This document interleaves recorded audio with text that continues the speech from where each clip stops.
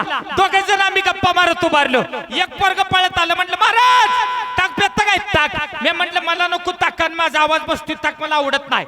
ही ताकाला हवरा आहे. ही त्या पोराला म्हणते मला घेऊन मी पितो, मला घेऊन मी पितो. पोरग पळत गेलं, एक तांब्या भरून ताक घेऊन आलं. एक तांब्या गटा गटा गटा तू ताक प्याला आणि पोराला म्हटलं पोरा ताक लय भारी, अजून ताक आहे का. पोरग पळत गेलं, दुसरा बी तांब्या घेऊन आलं. 2 तांब्या अतुल ताक प्याला, टेकर दिली आणि पोराला विचारलं पोरा एवढं ताक तू इथं मला प्यायला घेऊन आलाय, तुझ्या घरी कोण ताक पित नाही. पोरग म्हणलं महाराज पेते ते, पण काल रात्री या ताकात उंदीर पडला होता. याला राग आला, उंदीर पडल्याला ताक मला पाजलंय.